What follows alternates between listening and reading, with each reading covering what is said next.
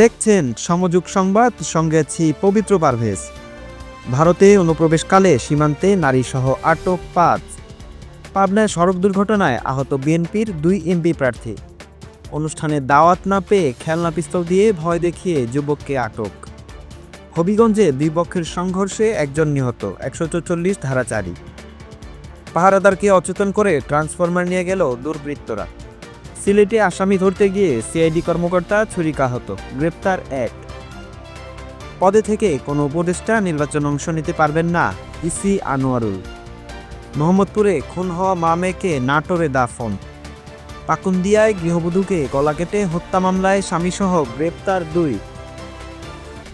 অদম্য নারীর পুরস্কার পেলেন ফজিলাতুন্নেসা মাজেদা রাহিমা। আসামি ধরতে গিয়ে হামলার শিকার সিআইডি কর্মকর্তা, ৭ ঘন্টার পর ছাত্রলীগ নেতা গ্রেপ্তার। নাটোরে বিএনপির মনোনয়ন বাতিলের দাবিতে মহাসড়কে অবরোধ। বিএনপির মনোনয়ন পরিবর্তনের দাবিতে তিতাসে বিক্ষোভ মিছিল।